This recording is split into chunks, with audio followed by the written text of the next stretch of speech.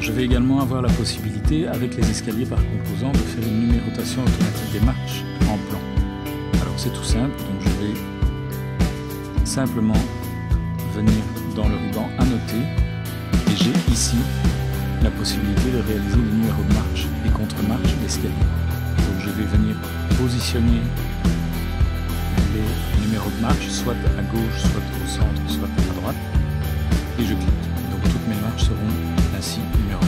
Ça c'est également quand même une facilité assez intéressante. Alors au niveau de ces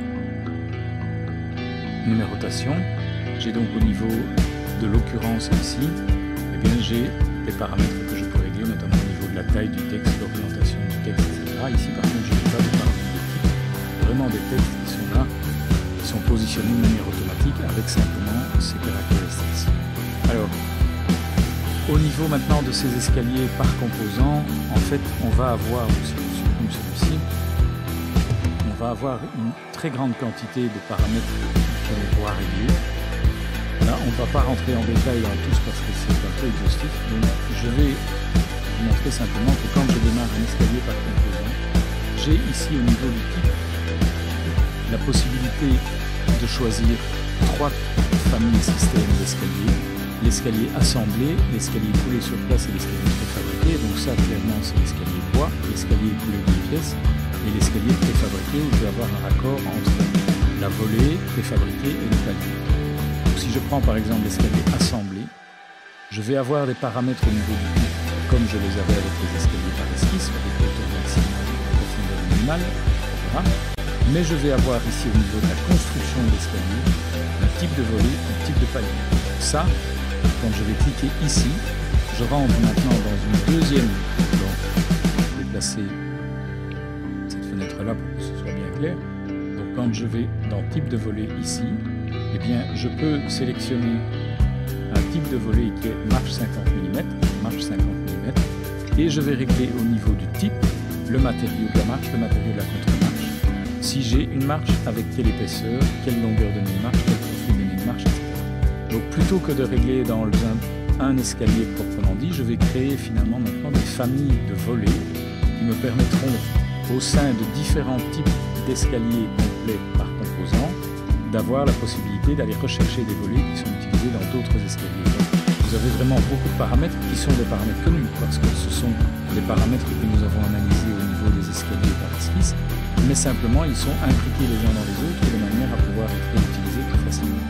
Même chose au niveau du type de palier, par exemple, ici j'ai simplement un paramètre qui est utilisé identique à la volée. Et donc je vais avoir de cette manière la même chose.